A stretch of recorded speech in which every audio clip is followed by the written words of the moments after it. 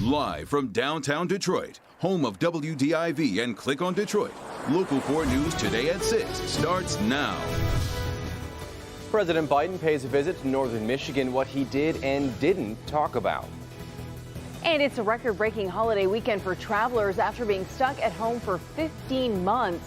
Millions are hitting the road for Independence Day fun.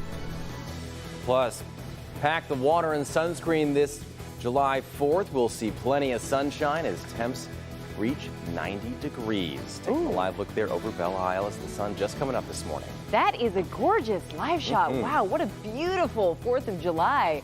Good morning at 6 o'clock. I'm Priya Mann. And I'm Grant Herms. Thanks for joining us on Local 4 News today for this 4th of July. And happy 4th of July to everybody out there and to you too, Priya. Yes, and like to you and to Andrew. And it is going to be a beautiful day today. Exactly right, Priya and Grant. Happy 4th of July to you. Happy 4th of July, everyone. Certainly does get hotter today. Feeling like summer big time. Beautiful shot of downtown Detroit with that sunrise taking place right now.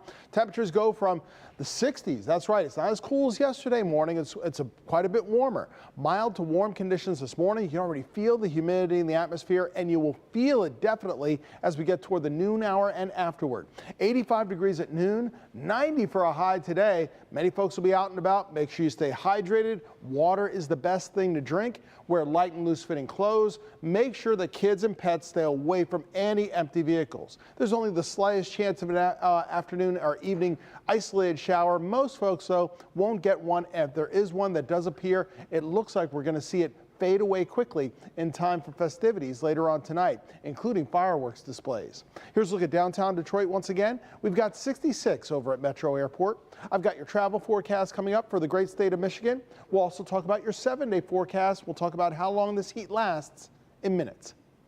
All right, thank you, Andrew. President Biden pays a visit to northern Michigan. His stop in Antrim County is the latest in the president's tour across the country. Accompanied by Governor Gretchen Whitmer and Senators Gary Peters and Debbie Stabenow, the president toured a cherry orchard, but the president's visit was about much more than fruit. President Joe Biden making another stop in Michigan, this time heading up north, saying the country has officially turned the corner on the coronavirus, even as vaccination rates slow across the state, with the single-dose vaccination hovering just around 62%, well below the president's target goal of 70% by the 4th of July. What is it about Michigan coming on the eve of Independence Day? What brought you here? Cherry pie. The president not taking time to stop and see the damage in Metro Detroit from widespread flooding, nearly a week after that same flooding forced Vice President Kamala Harris to cancel her visit. Biden meeting with Detroit Mayor Mike Duggan to talk federal relief.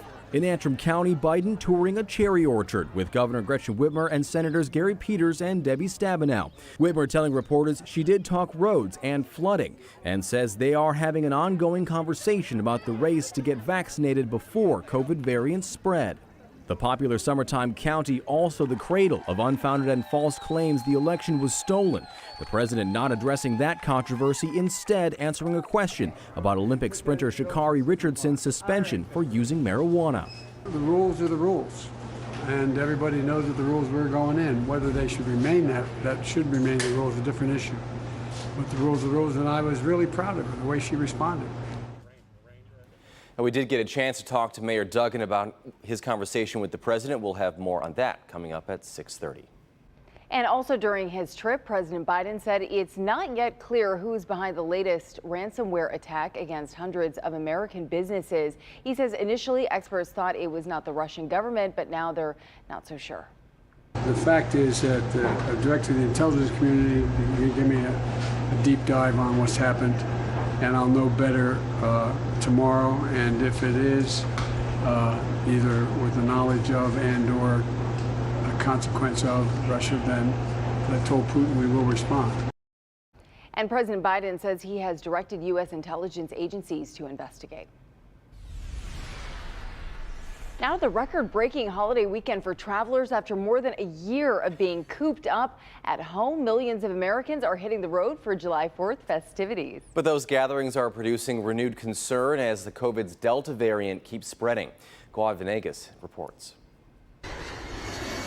This Independence Day weekend already breaking travel records. We didn't really expect it to be all this crowded. On Friday, the TSA screened close to 2.2 million people, the highest number since the start of the pandemic.